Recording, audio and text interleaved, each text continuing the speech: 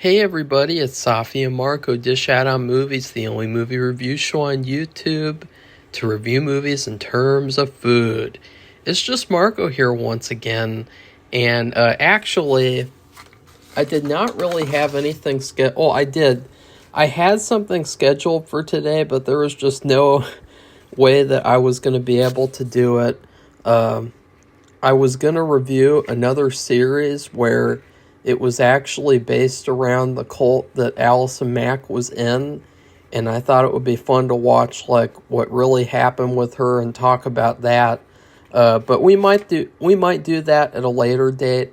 It's just that with all the stuff that I've had to watch in the past couple of weeks and how sick I've been, I just haven't been really in the mood to watch another series. Having to watch Fallout was like playing a Fallout game for like an entire day and just not really enjoying it after a while. Like the series was good, but I just did not enjoy, force feeding the show to myself. And I know you guys are saying like, well, you could have, spaced it out how you wanted. And it's like, no, I've tried that before with these shows where they release all the episodes in one day.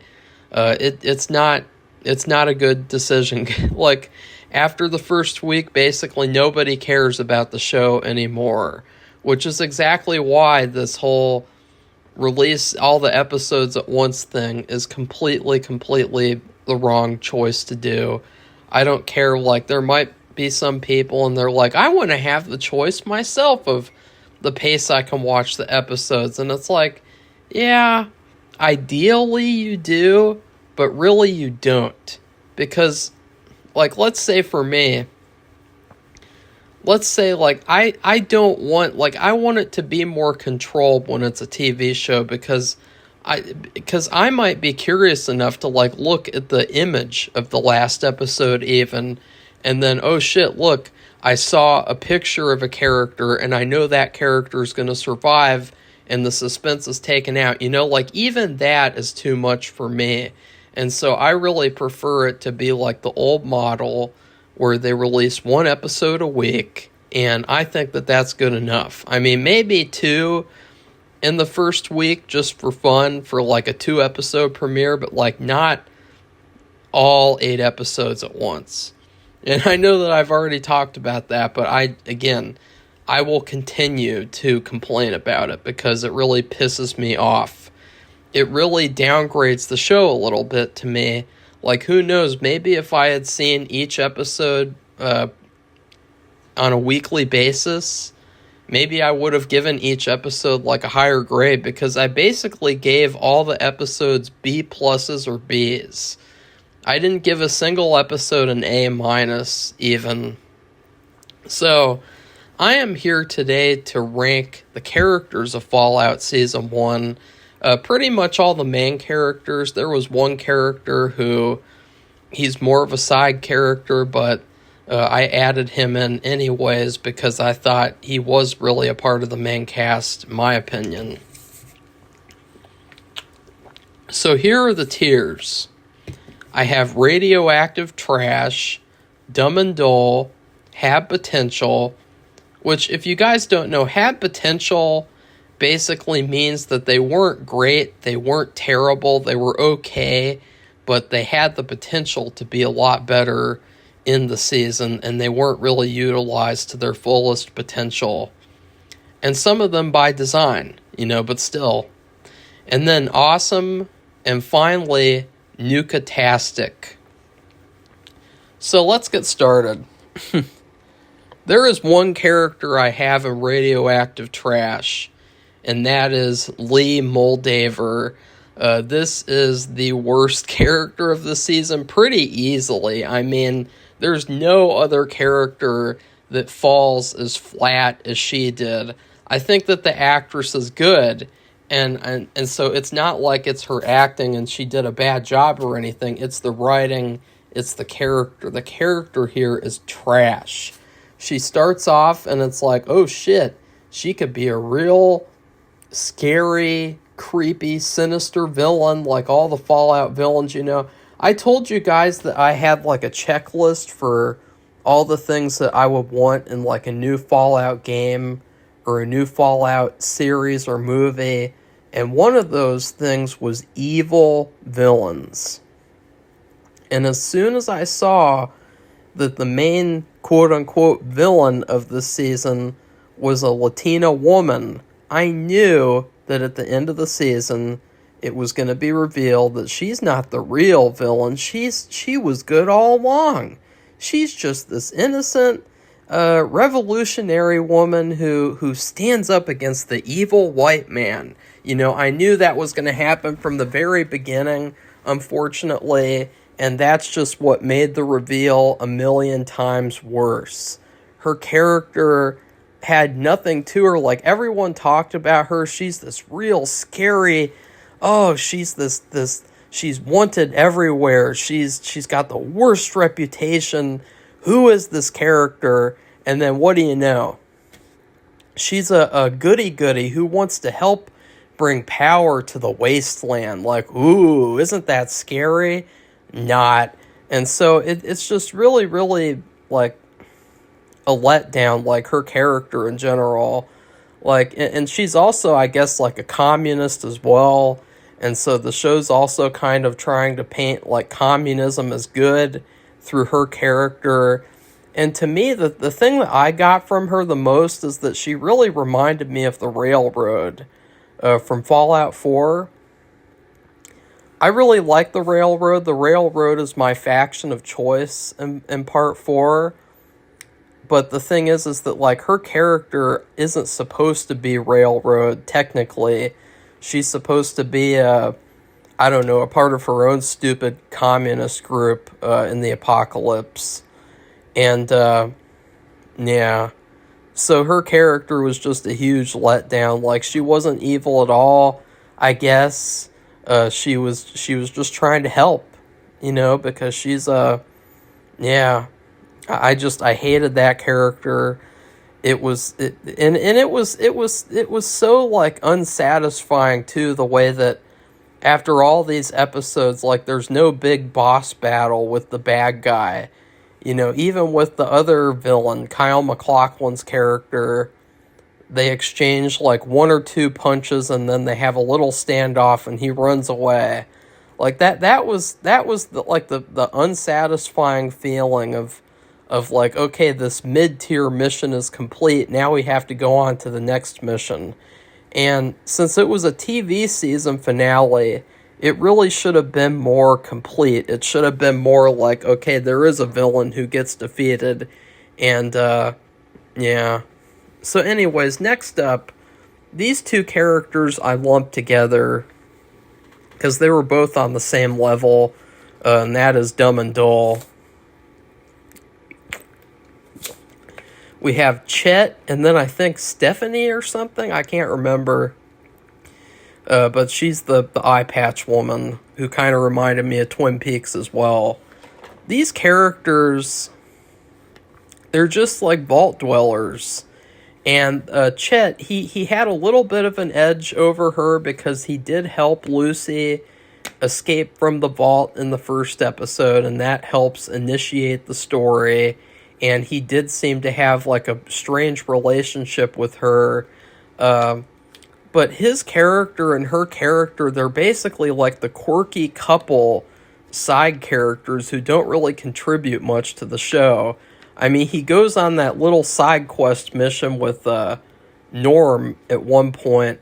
But other than that, like, he turns out to be a coward. And yeah, these characters are basically Fallout Shelter NPCs in human form.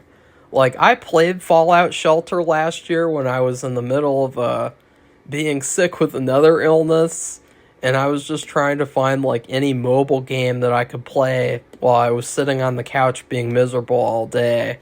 And I played Fallout Shelter, and I thought, this game is the most, like, it is the most aggravating and dull experience I've ever had. Because it's like, no matter what you do, it's not good enough. And in order to really be good at the game, you just have to constantly play like you don't have anything better to do. And You have all these NPCs who, they have nothing to their personality except for they have a unique name and maybe a unique pair of clothes. And that's these characters. Like, there's just nothing about them that screams like, yeah, I like those characters. They are very, very dull. Now for the have potential tier. So first off, we have Betty, and really this picture was intended to be the council. I thought the council was stupid, and there seemed to be something going on with Betty that was hinted at the whole season. Is she evil? Is she good? What's going on with her? And then Norm finds out, I guess, the truth of what's going on in the finale, but Betty never really comes into play at all. I mean, I don't even think her character's in the finale from what I remember. So yeah, she really had potential, and I feel like whatever that will happen with her character will happen in the second season. I was complaining about this to Safi, and Safi was saying, like, well, Marco, she's 80 years old, and it's like, I don't care. Like, I really don't care. Like, they set up this character as one of the main characters. She seems to be doing okay on the show, so there's no reason why her character had to be kind of written off so that the finale could just be like 50 minutes of exposition dumps. Yeah. The next character is the Enclave scientist who gets killed in episode 2, and his chopped off head is the key to everything. This actor, he is definitely one of the best actors out of all the ones on this list, and they really wasted him, I guess. Like, when people originally saw this character in the trailers, they all thought that when he was injecting himself that he was going to turn into a super mutant, and I think that would have been better, honestly. They could have had something where he was carrying the chopped off head of his fellow scientist or something, and that's what held the key. But, like, yeah, I think his character was interesting. He did a very good job at playing this character, and I really liked his relationship with Lucy, and I kind of wanted to see more of that. And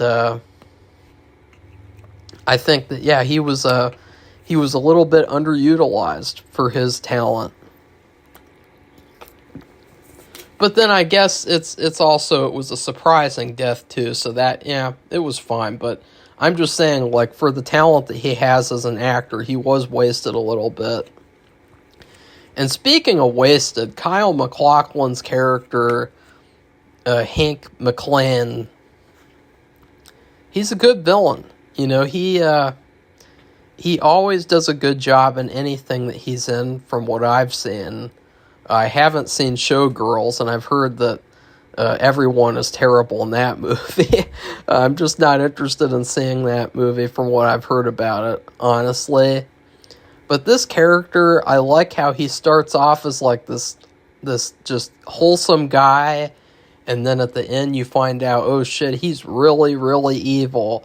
But it felt really, really predictable, because once again, as soon as you see like this female villain and she's taken him hostage, you know that in modern day Hollywood, that the white man isn't allowed to be the good guy anymore, for the most part, and so you know that his character is going to be painted as the bad guy somehow, and you know that her character is supposed to be the real one who's good and everything.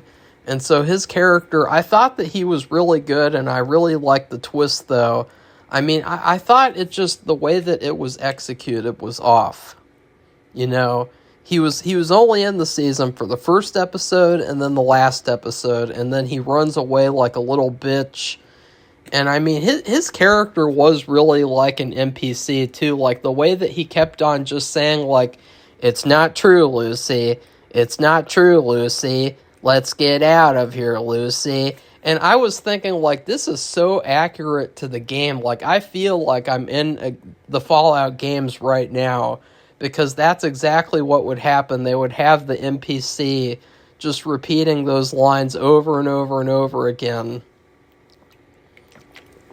And I just think, like, maybe we should have seen, like, flashbacks of him more throughout the season, because we saw a lot of flashbacks with the Ghoul and his family pre-war throughout the season, and none of that really paid off at all, because at the end of the season, it's like, oh, he's got to go on his own quest. And so I think that in this season, we should have had more, like, flashbacks of Hank being a good father to his daughter, so that it would have been more shocking and more emotionally effective at the end when it's revealed that he's the real bad guy. And yeah, the one thing I really liked, though, was the part where the Ghoul comes in and he recreates the shot that he did on television where he shot that guy that he didn't want to shoot in real life. And that was really, really awesome. That was badass. But other than that, Hank had more potential, and I hope that we see more of him in season 2. And that it's not a thing where, like, we see him in the first episode and then the last episode, and that's it. But then again, that's also kind of a game-accurate thing, because I'm thinking about, in the games, like, you think about that Benny guy. You see him in the opening scene, and then you see him once more, and then you kill him, and that's that. So, like, yeah, I guess they're just being accurate to the games. And then at the top of the hat potential tier is Norm. This character was really, really weird. Like, the whole season, he's really silent, and he's always making the same face like he's concerned about something, like he's like...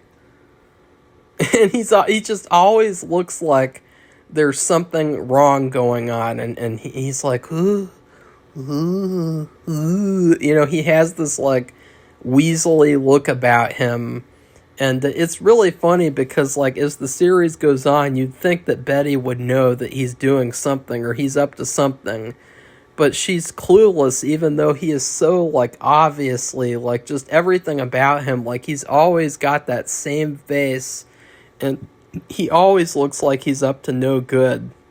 But the thing that I really liked about him was that he was like the underdog, and he was really underestimated throughout the season.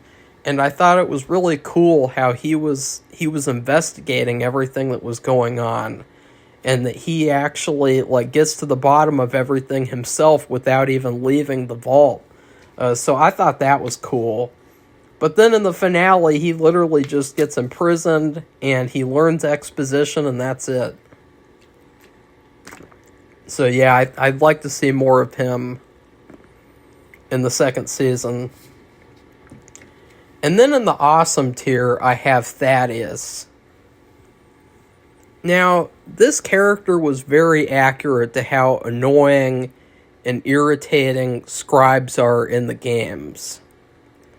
But the thing that I liked about him was that they really tried to flesh out his character, and him and Maximus had a really good relationship.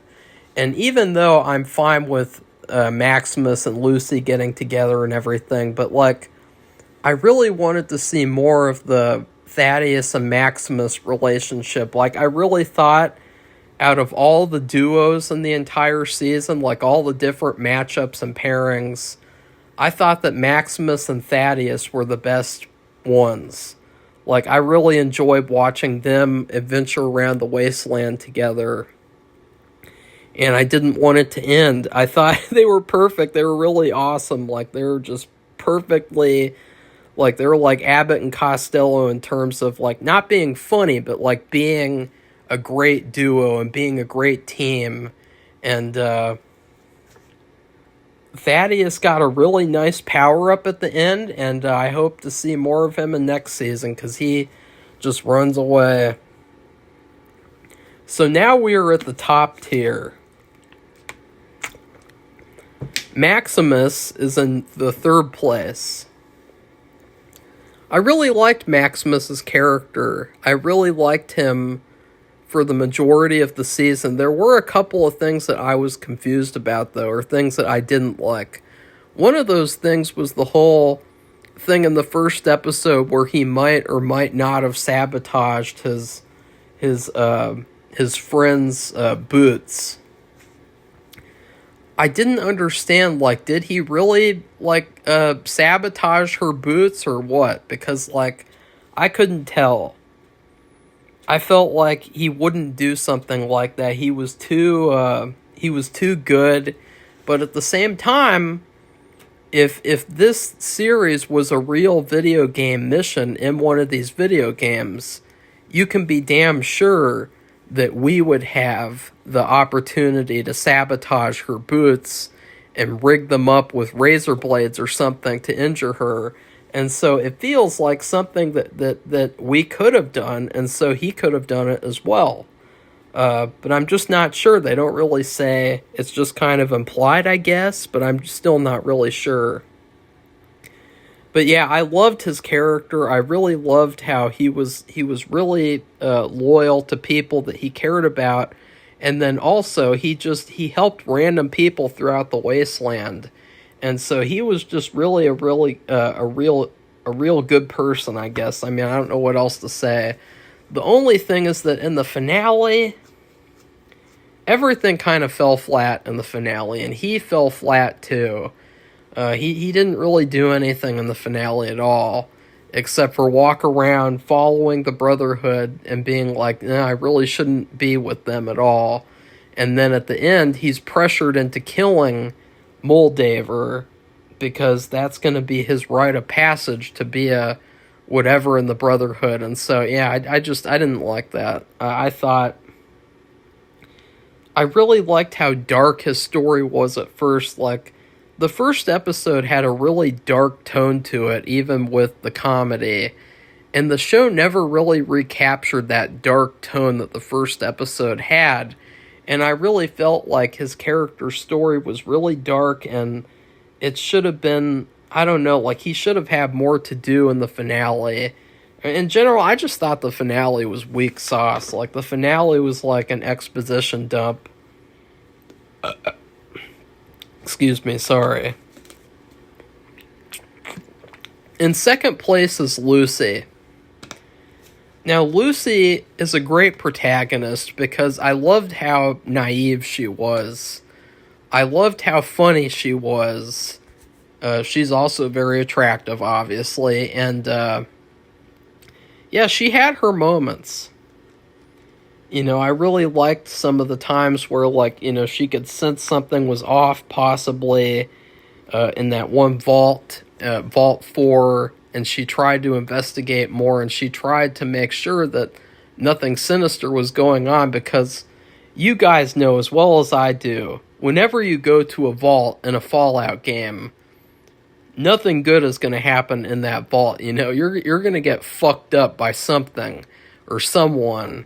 You know, you don't go into the vaults in the Fallout games without bringing a lot of ammo, a lot of stim packs, and armor that has been repaired until it's perfect. So, yeah. But I loved Lucy's character. I thought, you know, this is a perfect example of, like, how to create a good female character. Like, she's not overpowered. She doesn't have a lot of skills without with it, you know, not making any sense, if you know what I mean. Like, she's not like a Mary Sue. She's a perfect female character. She's exactly the type of character that they should be making in, like, other movies and shows where they want to have, like, a strong female character. And she's really, really likable. Like, I think out of everyone in the whole season, her and the Ghoul, both of them are the ones that you really like the most. Maximus, I would have.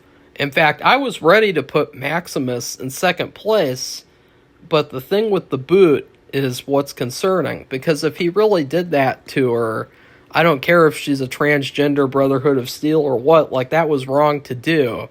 It would have been better to just, you know, let her expire while going on a mission and getting fucked up, you know, like, a lot of Brotherhood of Steel soldiers die, and there's no reason to think that she was going to last very long out there in the wasteland, so that's what really made me put Lucy over him, because I did like him a little bit more than her, except for that one thing. So, number 1 is the Ghoul. I don't know what else to say. I mean, you guys know as well as I do, Walt Goggins stole the show in this series. Without the Ghoul, this show would have been a C+ show at best. I mean, that's being 100% honest. Like, his character made the show. That opening scene with him at the birthday party, and he's teaching his daughter about the thumbs up thing. And I got to admit something. I didn't know that that's what the thumbs up was for all these years. I don't know if that's like a noob thing to admit, because I played all the Fallout games a lot, over and over and over again, in fact. And I literally never knew that about the thumbs up thing until this series. And so I just, that was really, really cool to me.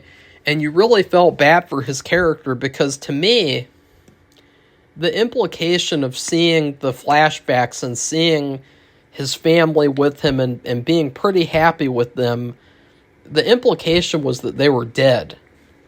But at the end of the season, it's like, oh no, they're probably not dead. They're off somewhere, and he's going to have to go find them as usual. So yeah. But he was a real badass character. I already said what my favorite moment was with him, where he confronts Hank and he reenacts the moment from that TV show or movie. I just thought that was so... because just think about how many years it's been since that Hank guy has seen him. And then all of a sudden, the Ghoul walks out and he's in full cowboy attire, and he does that, and you immediately know, like, Hank is about to die in a real bad way. But then that doesn't happen, because he's got to find his family. And but that was such an awesome confrontation, and I just felt like, this character, he's everything that you want to see in a Fallout show in terms of, Fallout wouldn't really work without, like, a badass character like this. Like, because he's the one who does most of the action in the season too. He's the most capable. I mean, he's really good at shooting things. And just watching him walk around shooting people and not giving a fuck is really, really entertaining. And then seeing the flashbacks where he's learning about what's going to happen and all these terrible things in the past, and how he's forced to poison the family dog so that his family can go to the Fallout shelter. I mean, just really, really dark stuff with his character. And he's the best. I mean, his performance is really, really good. He didn't really have any moments, though, where I would say that, like, he would deserve an award or anything. But he was good enough for me to definitively say that, like, yeah, he was definitely the best character of this series. Like, this series would not have been good at all without the Ghoul. And also, I think the idea of having a Ghoul main character is really, really cool in and of itself, Because that's been kind of like like an undercurrent in the video games. Is that, like, yeah, there's a lot of feral ghouls, especially in Fallout 4. But then, like, not all ghouls are like that. And so I really like that, you had this main character, and he's like a real character. He's a major main character. And, yeah. So anyways, please like this video and comment. Yeah, I know that I've sounded sick this whole video, and I still feel like shit too. And so then please subscribe to our channel if you'd like to see more honest videos like this. And yeah, hopefully I get a stim pack real soon. I'd like a stim pack right now. And maybe some Radaway just for fun. Because, you know, I don't know. Well, that would be a good question, honestly. Like, if you could, like, eat or have anything from the Fallout games, like, would you want a stim pack? Or would you want to, like, get, like, a mac and cheese or, like, a Nuka-Cola Quantum? Because I really love how the Nuka-Cola Quantum looks with that, like, neon blue color. And that was another thing that surprised me about this series. Is that usually in all the Fallout games, they'll come up with, like, a new Nuka-Cola drink. And so it was surprising that in this series they didn't have, like, a new kind of Nuka-Cola. Like, you know what they should have done? In Vault 4, I don't know how Vault 4 has access to oysters. I mean, that's number one. But number two, I think, like, in that vault, they should have had, like, their own Nuka drink. They should have had, like, a Vault 4, like, special drink that was just, like, the greatest thing ever in history. And, like, that would have made sense, because it seemed like Vault 4 was, like, set for eternity, you know? So anyways, goodbye, everybody. See you soon.